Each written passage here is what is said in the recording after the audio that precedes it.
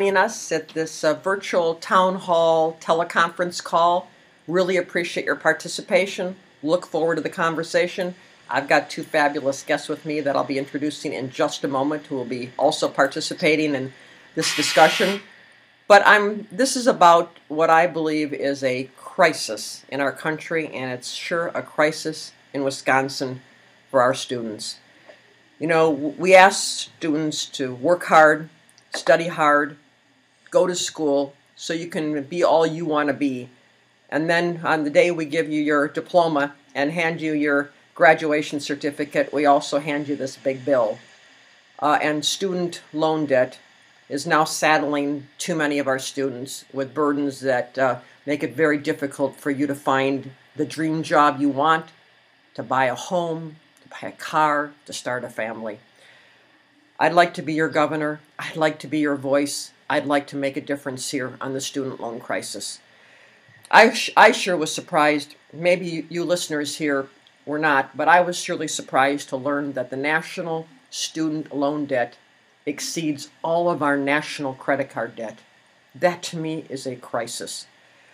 In Wisconsin, the average four-year graduate leaves college with $24,000 in debt. When I was at UW-Eau Claire just a few days ago and talking about this, I asked if students would shout out what they're leaving school there with, and one young man said $45,000 and he wasn't done yet. And I think the two guests that I'm going to be introducing in a moment have equally as sobering and challenging stories to tell. You know, Governor Walker didn't create the student loan crisis, but he's done nothing to help, and he's only made it worse. By cutting the University of Wisconsin by $300 million and by increasing tuition 5.5%, he's made it an even bigger burden for students. He cut the technical college system by $70 million. Larger class sizes, more debt loan. It's time to stop the bleeding, and we do that by electing a new governor in 36 days. But I know this personally as well. When I graduated from school, from college, 35 years ago, you know, I was able to have started college at the UW-Waukesha. I think the tuition was something like $250, and I know you're going to all shudder when you hear that. And I'm sorry for that, but I was lucky because I was able to stay home, live at home, go to college, work part-time, and not be saddled with this huge debt, unlike so many of our participants now. My son graduated from UW about 8 years ago, and it wasn't easy, but it's gotten worse and worse and worse, and again, I want to do something about it.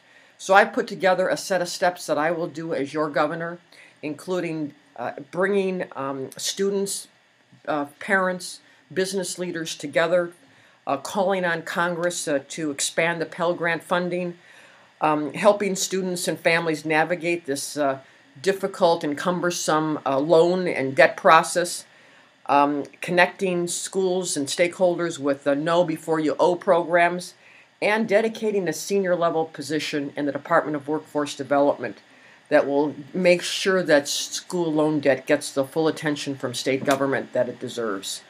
And I will use the bully pulpit to be a champion for you, to be your voice here in trying to get a handhold on student loan debt so we are not saddling you with this arbitrage around your neck the day you do the right thing and graduate from school.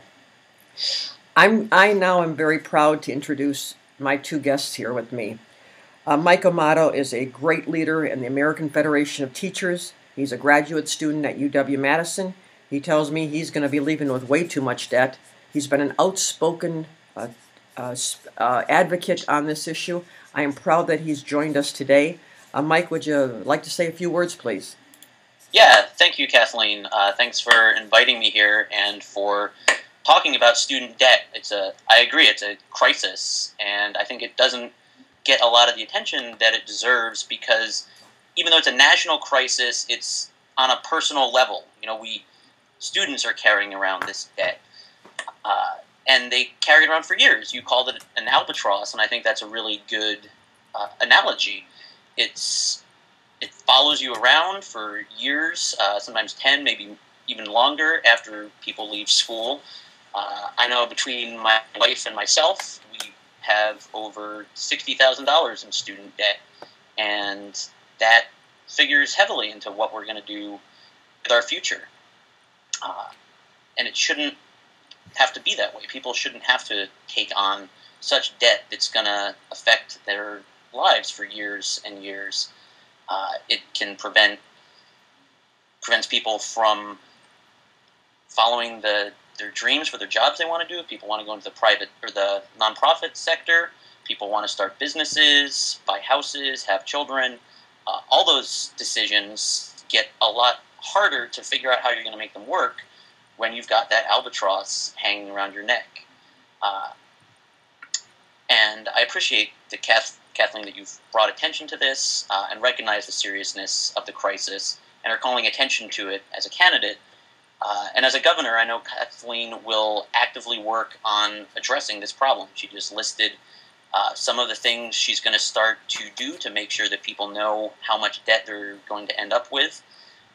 But I think being an advocate for students is something that's going to be incredibly valuable.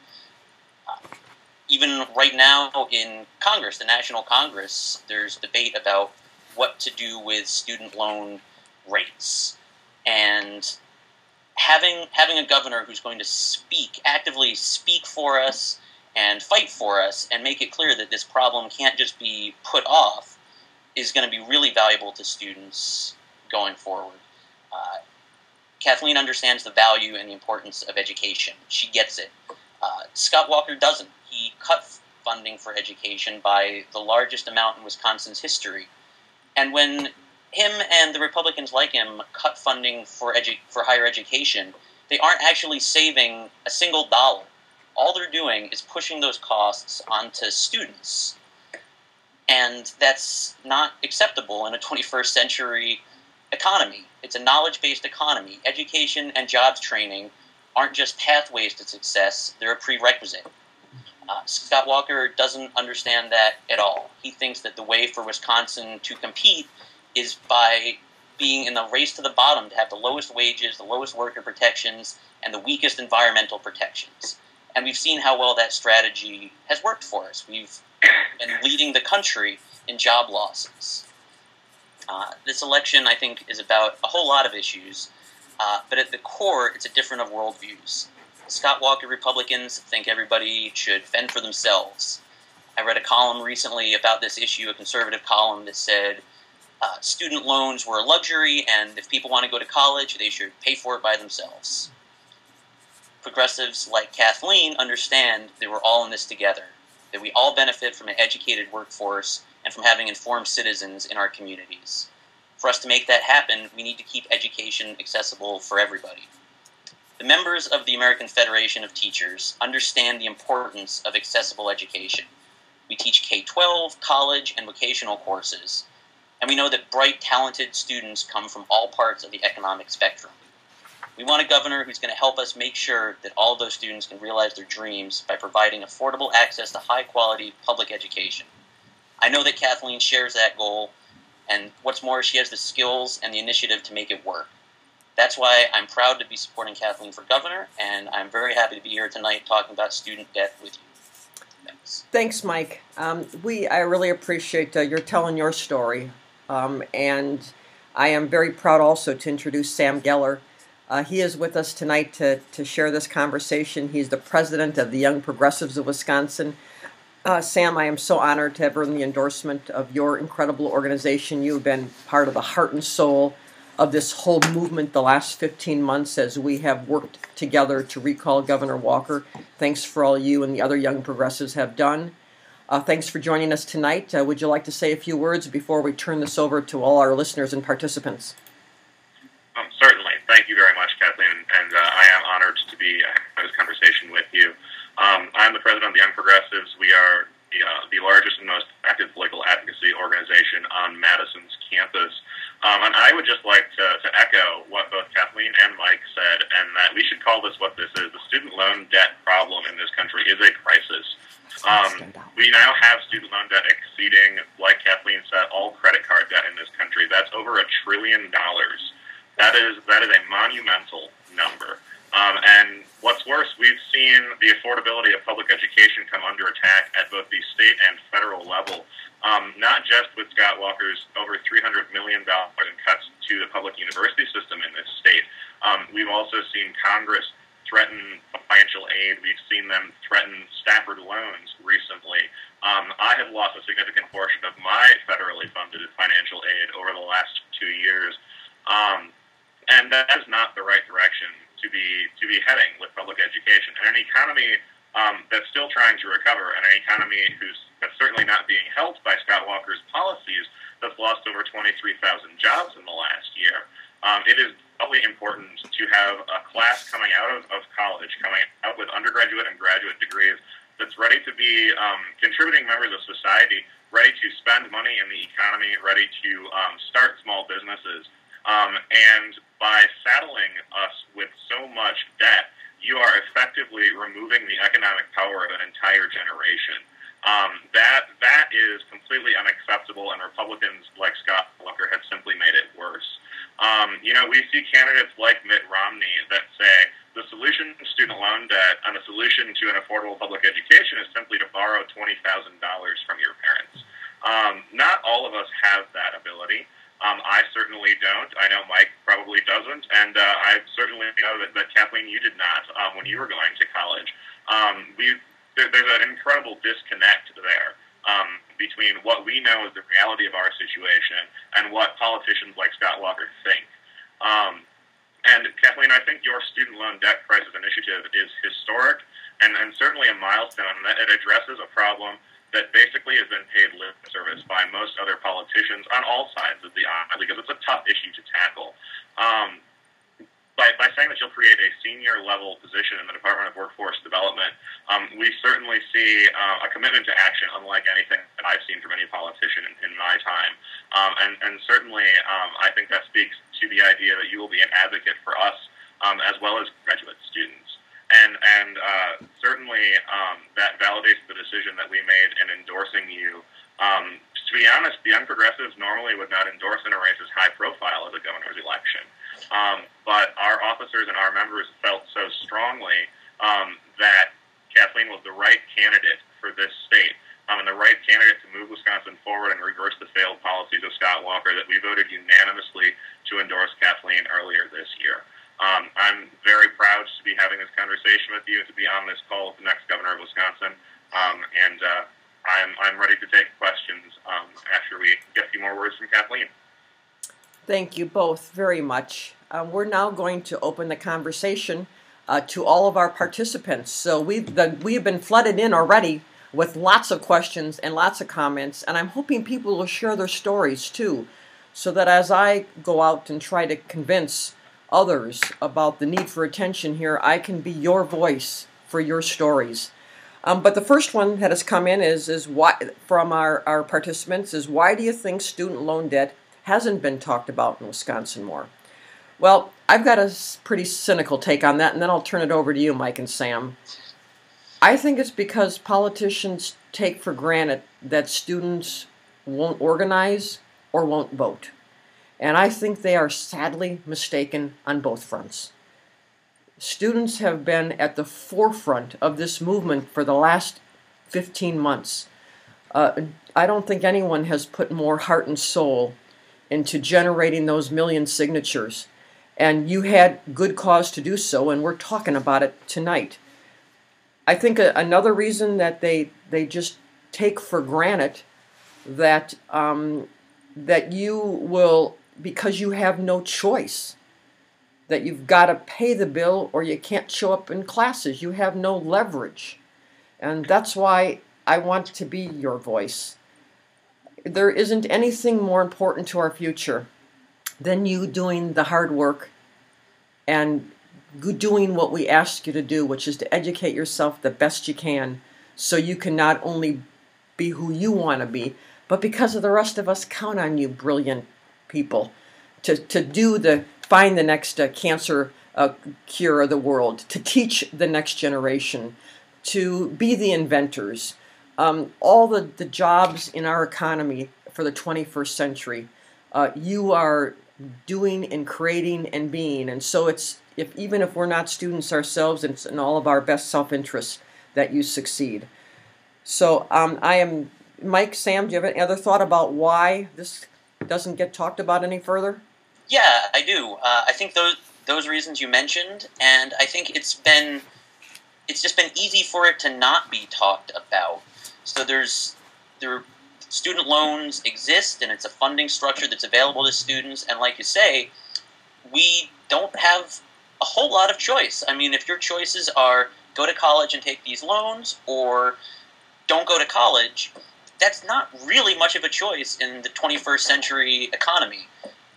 And so we're here, we're going to school. Meanwhile, state governments keep cutting budgets to public universities, like we've seen here in Wisconsin with Scott Walker, the most dramatic cuts that I am aware of in my lifetime. They make these cuts, and then the university passes it on to students in the form of tuition hikes. And students who are already attending, well, what are you going to just write off the tuition they paid last year? No, they're going to take out more loans and pay that. And so it's been a stealth crisis that's been creeping up and growing, I think. I think a lot of people have known that student debt was a problem. And in recent years, it's just exploded for a variety of reasons that maybe we can get into later on. But I think that's a big part of it, and that it's so private. You know, we don't like to talk about our debts in public a lot, and it's been easy to push the cost of education, from which everyone benefits, push that cost onto individual students. I don't know, Sam, do you have some other thoughts on that? Yeah, I mean, I think another reason why it's tough to talk about student debt in the public eye is that a lot of students and parents have a hard time understanding what they're getting into when they commit to going into 4 years of debt. You know, and you know, it takes a long time to understand the impact that will have on the rest of your life. You know, we just had a study that came out this past year that concluded that the average law student, with the amount of debt that they graduate law school with, the base salary that our state now pays attorneys is not enough to keep them above water and financially solvent with paying off that amount of debt.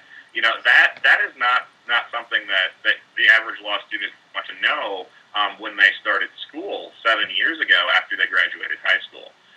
You know, I also think that that problem is something that, Kathleen, you recognize, and that's certainly going to be addressed by your know before you owe provisions that you are going to implement. But I think that's certainly one reason. I also think that what, Kathleen, you said about the fact that people assume that students are not going to organize, that students are apathetic, that students don't understand. I think that a lot of people make that assumption. And to a large extent, I think that we saw that, you know, in 2009 and 2010. But I also think that possibly the greatest service that Scott Walker has done to this state is the fact that he has re-energized students all across the state. You know, we had students being the first people in the Capitol building after he drops his disastrous, what he calls dropping the bomb last year. Students were the first people to organize, first people to go to the Capitol building. I think that energy is still here, and I think that we're now ready to talk about issues that affect students, and we have our voice back. Well, yeah, I was just thinking back to, 40 years ago, and I was able to graduate with a fairly low amount of loans even after law school, and was able to take a job of my dreams, which was working for Wisconsin's Environmental Decade as a lawyer, arguing cases in the state Supreme Court 3 months out of law school, making $35 a week, but I could do it. And I'm thinking of a wonderful young woman I know now well who just graduated from law school and has to worry about getting a really high-paying job in order to pay off her debt. And it isn't the job she'd really love to do. But it's a job. And that leads to the next question that we've got from our listeners, our participants, from Sarah and Raj. And the question for us is, what are you going to do to bring jobs to a state to ensure students will have some jobs to be able to pay off their debts? And I am eager to be your governor to roll up her sleeves and bring those jobs in. And here are some of my ideas. And here it depends on the fact that students of today are the inventors of our 21st century economy. And what I have done to try to put together my jobs program was to look at what are the other states in the nation here doing, where they are succeeding, and how can we borrow from their example. And I looked at what was going on in Michigan next door, which suffered so bad when the auto industry crashed, and now they are rebounding. And what they did there was they sat down, it was their Governor Jennifer Granholm and others who said, what can Michigan do to sell itself to the world that no other state could do? And they decided to become the green battery capital of the world. And that state now is cooking. So I thought, we know what Governor Walker didn't work. He created these big new tax breaks for corporations, told us that would trickle down and create jobs, and we now have the results of that failed policy, which is the worst jobs record in the nation. So I thought, what here could Wisconsin do that no other state can do, so that we have a chance that you will want to stay and work here and raise your families? And I came up with at least 3 things that Wisconsin has that no other state in the nation can lay claim to. And they're all dependent on our smartest and best staying here, graduating and doing as we ask you to do. One of them, for example, is right here in Madison, where we are home to stem cell research, the smartest scientists on the world right here in Wisconsin. And for every one of those life-saving inventions and ideas is a diagnostic piece of equipment, machinery, technology. Well, I want our students here to have those research jobs, and I want our students here to be able to design and manufacture that incredible machinery that flows from that great science. Same with the fact that we live on the largest freshwater body on the world, the Great Lakes, where we have the best scientists in the world right here in Wisconsin studying water pollution and desalinization and aquaculture. Well, I want not only our students to have those jobs that the world wants and needs. When I was at the Center for Freshwater Studies at UW-Milwaukee a couple of weeks ago, the Dean Garman there told me that our graduates there are gobbled up by the world because they're in such high demand. But in addition, all those great scientific ideas have machinery and equipment and technology that flows. I want us to design and build those right here in Wisconsin. And same with up north. For all of our listeners that are in the campuses north of Highway 29, where we've got the best wood pulp industry in the world here still in Wisconsin, the best in the nation here in Wisconsin, our scientists now are finding all kinds of new uses for green energy from wood pulp. And that's the kind of work that a governor ought to be doing, rolling up her sleeves, taking our best and brightest that is unique to Wisconsin that no other state can do, and marketing us to the world, instead of, as we know, a governor who has spent way too much time over the last year crisscrossing the nation, collecting those big fat campaign checks from the far-right extreme so that he's delivering this extreme agenda here. And, we just saw today his finance report was filed, and it's almost hard to believe that a governor could raise $13 million in 4 short months. But he has spent so many hours out of this state collecting those big checks to keep his job instead of helping people in Wisconsin get to work. Why don't I just go to the next question here, Mike and Sam, and it's from Sarah. How can you curb the tuition rates or open up more grants and other options for students who want to go to college or for graduate students? Why don't I take the first crack then, and if I hope you might have some ideas, and I hope our other participants do too, because the more ideas you can share with me, the better governor I can be for you. But I can start by saying that education will be my top priority for funding in the state budget. I know Mike just said it so well. It's not just the pathway to success, it's a prerequisite for success. It is our way as each individual to succeed. It's a way for our society. Investing in human capital is the most important thing we can do. And as I have been working side by side with so many of you this last 15 months to push back on Governor Walker's extreme agenda that isn't Wisconsin values, I have heard from people in every corner of the state that their highest priority is education. Whether it's grandparents that in Oshkosh who stood out in the cold to gather signatures, or parents in Milwaukee that told me they were standing out in the cold because their kids' class sizes were too large, or the young man I met at the Voces de la Frontera offices on the south side of Milwaukee who said he was a college student, but he didn't know if he'd be able to finish because of the rise in tuition, or the student up at UW-Superior who told me that he wanted to be a teacher, but because of Governor Walker's hostile attitude towards education, his friends were dropping out of wanting to be teachers. No matter where in the state, this need to make education our funding priority is, I think, a shared Wisconsin value, and so that is what I will do. And to give people a sense for how real that can be, let me give you one example. The cut that Governor Walker did to the technical college system, where 1 out of 5 high school graduates goes to get their lifelong learning skills, was about $36 million a year. And this is at a time when there's people who need work, and there's good-paying jobs that need employees that are unfilled because there's not skilled workers, welders, program designers, nurses of all kinds. And so I would restore the funding for the technical college system by eliminating one of those new corporate tax loopholes that Governor Walker created last spring, the one called combined reporting, or the Las Vegas loophole, because that cost all of us $40 million a year. So that's the difference a governor can make. Not a new tax break for corporations that hasn't produced jobs, but funding the technical college system where you can match people that need work with those jobs that need skilled workers. Mike, Sam, any other thoughts you have to pass on to Sarah? Yeah, I think that's a huge question, and I wish I had like a real easy answer. I know the university here at UW-Madison has been really struggling to deal with the budget cuts that were passed down from Governor Walker's budget. I'm on the shared governance committee of the ASM, and I think the university has been doing a good job of doing the best they can to keep education affordable in a lot of ways, but they've also been looking at creative ways to deal with the funding cuts. So that doesn't really answer how we keep tuition down.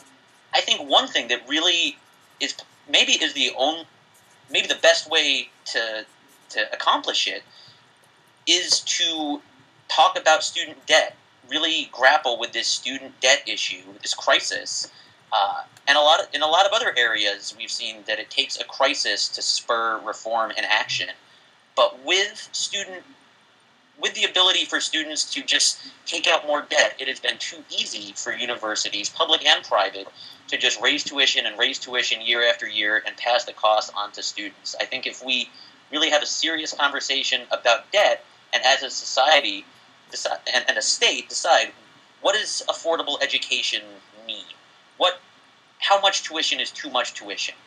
5.5% raise in a single year, which is what we just saw this past year, I think that's too much. But really talking about that and deciding what we mean by affordable education, how do we accomplish that, and then setting some limits, and also having a state government that recognizes the value of education and is going to invest in it to help people who aren't able to pay for college without taking on exorbitant amount of debts, get in there and get the education they need, either from college or from technical schools. I think that's going to be a really big step towards getting a handle on tuition and stopping it from just rising year after year after year. Definitely, and I think obviously the simplest explanation is that with these massive budget cuts, all the university can do is raise tuition and try to pass some of that cost onto us, the student, because that's the only tool that they have at their disposal. And I think that what Mike and also what Kathleen said is right on. It's about priorities. We know that the strength of an education system is the number one indicator of future economic success, whether it's the education system in a city or a state or a country. I think that when we have a state government that is taking hundreds of $1 millions out of that public education system and using it to finance things like corporate tax breaks, like restrictions on our rights to vote, that is not a way to create economic success. It's not a way to keep costs down. By reinvesting in education, obviously the university will be able to stop scrambling to try to bring in new sources of money to to maintain the level of education that's been offering it to students. And I think that that's the simplest explanation for that question. Yep. We have another question here coming in from, well, in fact, it's a question directed to both Sam and Mike. So here's one for you. What's at stake for you in this election? It was a pretty simple, direct question. Oh. Would you like to go first, or shall I, Mike? Go for it, Sam. Okay. There's a lot at stake for me. I am a public university student. I'm a product of Wisconsin's public school system. Both of my parents are public employees.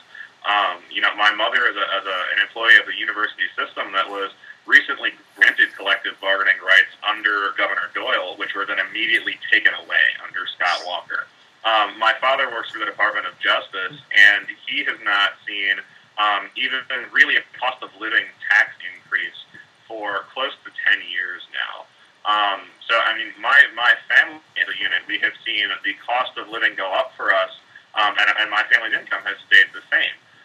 Couple that with the fact that I'm now attending our flagship university that is being forced to raise tuition at the maximum level every year because of Scott Walker, and I'm being pretty financially squeezed. I'm carrying some student loan debt myself. I know that Mike is as well. Also, as a student, I value my right to express my views to my legislators and to my governor. I think that they should be advocates for me, and I think that I should have the right to do that regardless of how much money I have to put into the process. And I do not think that we have seen those values borne out by Scott Walker and his administration. We've seen these draconian cuts to services that people like me hold dear, like the university. My female colleagues at the Young Progressives have seen important services for women slashed. The repeal of the Equal Pay Act for women. What female college student wants to see that as they're graduating? And I think that Kathleen is going to make the best progress toward reversing these issues and being an advocate for me, being an advocate for all of the students that I work with. The endorsements by Emily's List, the endorsements by every single major labor organization in this state. I would love to see my parents have their collective bargaining back. I would love to see a state whose government does not squeeze the middle class, and a government that reinvests in education. So that, I guess in a nutshell, what's at stake for me, my education and my family's way of life. Kathleen, I think that you're going to advocate to protect that, and the millions of other people across the state of Wisconsin that are in a similar situation. That's why I'm voting for you. Thank you, Sam. Yeah, and for me, I don't think I could possibly overstate the importance of this election to me, and I know that about 1 million other people in Wisconsin feel the same way because we signed that petition against Walker. So many aspects of my life have been made worse or threatened by Scott Walker. So I'm a graduate student, I'm working on a PhD, and I'm funding myself by working as a teaching assistant. And so I'm not taking new student loans, but the ones from my undergrad years are waiting for me to get out of here. My wife recently graduated. She has her loans that we're paying back. But in my sort of dual roles as both a student here and a worker, I'm represented by the American Federation of Teachers, a public employee union, and we had our rights taken away by Scott Walker. The reason that we have a lot of the benefits that we do are because we were able to negotiate it. The reason that we have rules about the amount of work that we can spend, or time we can spend doing teaching, the reason there are limits on that is because we have a union. We negotiated these things in our contract. It makes the university work better that we have a formal mechanism through which we can talk about the terms of our employment. It just makes sense that the people who do the work should have a say in how the work gets done. They don't get to have the final say, but we have a say, and we have a partner who respects us in the ideal scenario. Kathleen Falk is somebody who understands that. She understands the importance of negotiating with workers in good faith, letting people have input into their workplace. I think Scott Walker also understands the importance of that, and that's why he is so committed to destroying it. He does not want people to be organized, and labor has been, for many years, one of the most organized forces to advocate for working people. That's why he was so hell-bent on destroying unions. So that's one area where I have a personal stake in this. The other area is that I'm an environmentalist. One of the things I study is how to protect lakes in Wisconsin from development. That is something that is very important to me, very important to the state of Wisconsin. We love our lakes. They are beautiful. They provide a lot of jobs for people. People come here from all over the country to fish and to hunt. And that's not something that Scott Walker understands either. They repealed a ban on phosphorus that was set up, put in place to protect our lakes from algal blooms. It was working, and they set out to repeal that. They don't see any value in anything other than dollars, other than the $13 million that Scott Walker got to help him get reelected. That's the only thing he values. I want a governor who respects the environment, respects people, all people, and realizes that we're all in this together, and that if we're going to have good communities, we need to invest in things like education. So that's two areas, I guess, where I have a personal stake. Thank you, Sam. Thank you, Mike. You have just summed up the reasons why I believe in 36 days we in Wisconsin are recalling Scott Walker. I am very, very humbled, very honored for your support, for your participation in this town hall tonight. Thank you, all of you who participated. Please keep the conversation going through email. Please email us at campaign@Kathleen Falk. Tell me your stories. Tell me your solutions. I want to be the governor that goes to bat for you. I want to be your voice. You are our future. I have total confidence in the next generation, and I want to do my part to be able so that you can succeed. I ask for your support. We have 8 days here to a primary. Please vote on May 8th, and then 28 days after that, we recall our governor and we get our state back on track. Thank you both so very much. Good night. Thank you. It was fun.